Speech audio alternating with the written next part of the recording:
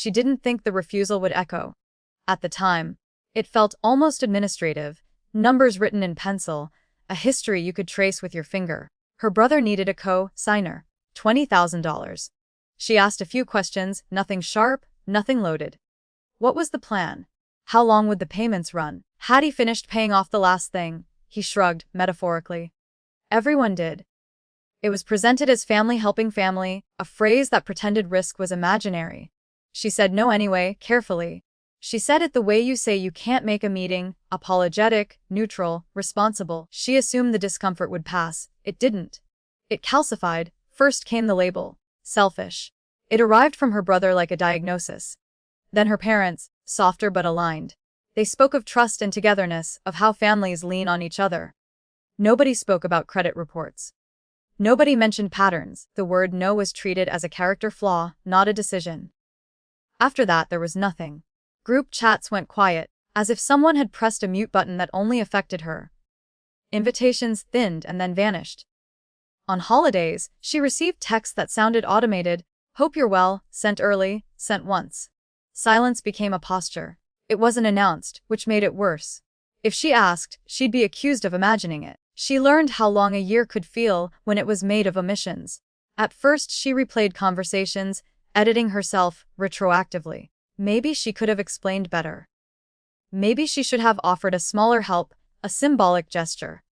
But explanation requires an audience, and there wasn't one.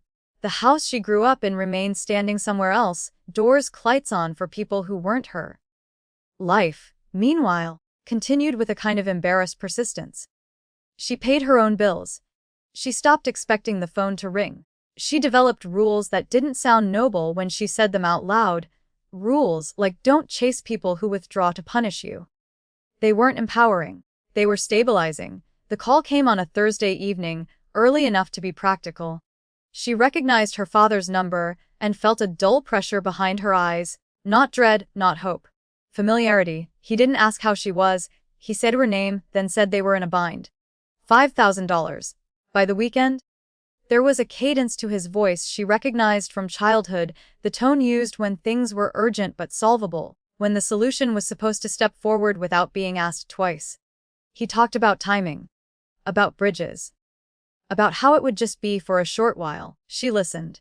She noticed how easily he spoke, as if the year had been a clerical error, not a choice. As if the silence had been weather.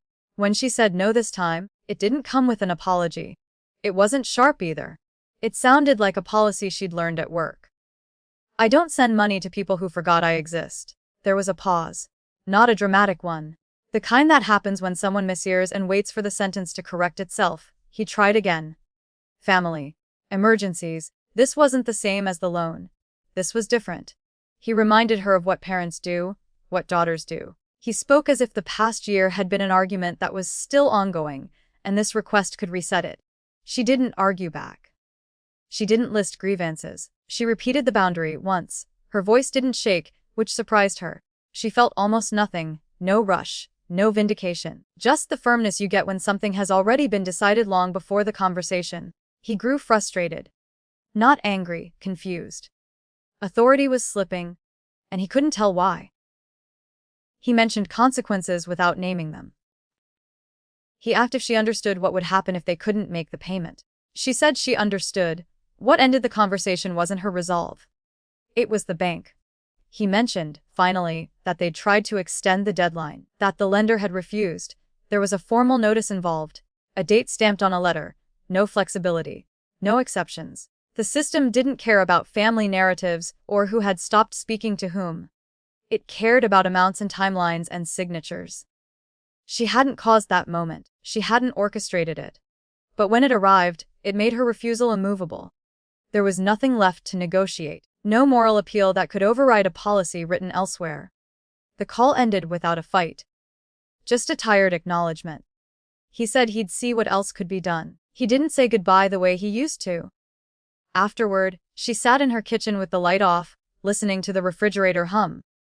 She expected to feel something grand, relief, sorrow, triumph. Instead there was a quiet settling, like dust after furniture is moved. The boundary held. That was all. Days passed.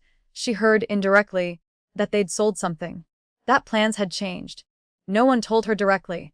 No one accused her again. The silence returned, but it felt different now. Less like exile. More like distance with edges. She didn't reach out. Not because she was waiting to be asked, but because she understood something she hadn't before. Contact isn't reconciliation. Sometimes it's just reopening a negotiation you already finished. She still loved them, in the abstract way you love people whose habits you know too well. She didn't rewrite history to make herself heroic. She knew the cost of her choice. She paid it in quiet moments, in the absence of easy belonging. But she also slept better. The power hadn't shifted in a single sentence.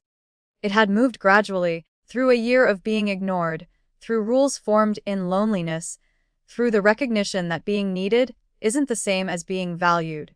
When the moment came that could have pulled her back into the old shape, she didn't step forward. There was no celebration. No speech. Just a line she didn't cross. And for the first time, the silence didn't feel like punishment. It felt like space she could finally keep.